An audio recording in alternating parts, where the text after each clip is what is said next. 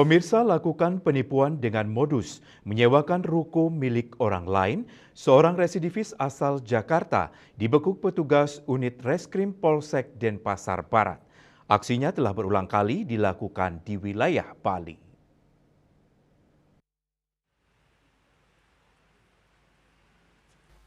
Pernah dipenjara di Jakarta terkait kasus penipuan sewa ruko tidak membuat jera Maharani Aisyah Rashid, perempuan 64 tahun asal Jakarta.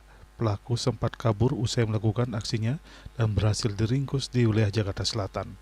Tersangka Maharani melakukan aksinya di wilayah Denpasar dan Kuta dengan menipu penyewa ruko hingga mengakibatkan kerugian sebesar 156 juta. Kapolsek Denpasar Barat, Kompol Laksmi Trisnadewi mengatakan terungkapnya kasus ini berdasarkan laporan korban Silvi, warga Jalan Gunung Tangkuban Perahu dan Pasar. Berawal dari korban melihat story temannya pada ruko disewakan. Selanjutnya korban langsung meminta nomor telepon yang punya yaitu pelaku dan bertemu pelaku untuk mengecek kondisi ruko.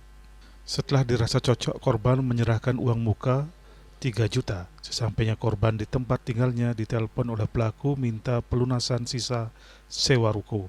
Tanpa curiga korban mentransfer uang 18 juta. Selanjutnya korban kembali mengecek ruko tersebut dan mencari informasi. Akhirnya korban bertemu pemilik yang asli. Saat itulah korban sadar telah ditipu. Keterangan pemilik ruko yang membenarkan ruko tersebut rencananya dikontrakkan oleh pelaku, namun baru diberi uang muka sebesar 500.000. Tim Opsnal Polsek Denbar melakukan penyelidikan dan mendapatkan informasi bahwa pelaku sudah melarikan diri ke wilayah Jakarta Selatan. Berkoordinasi dengan Polres Jakarta Selatan, akhirnya pelaku berhasil ditangkap di Jakarta Selatan. Pelaku menipu dengan mengatakan bahwa ruko tersebut adalah miliknya, kemudian melakukan pembayaran transfer. Setelah menerima uang, pelaku kemudian melarikan diri atau kabur dan menghilang.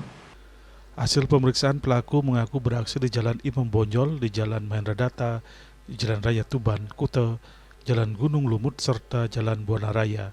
Pelaku mengakui menggunakan identitas palsu dan pemilik ruko, sedangkan uang hasil menipu digunakan untuk kebutuhan sehari-hari. Untuk menyalakan ruko, setelah dapat rukonya, si terduga pelaku ini menghampiri si pemilik ruko. Setelah dapat menyewa untuk membayar DP aja, kemudian si terduga pelaku berpura-pura sebagai pemilik ruko pada korban. Itu random ya? Random. Kini Maharani Aisyah Rashid kembali mendekam di balik trali besi. Raiswantaro, Bali TV.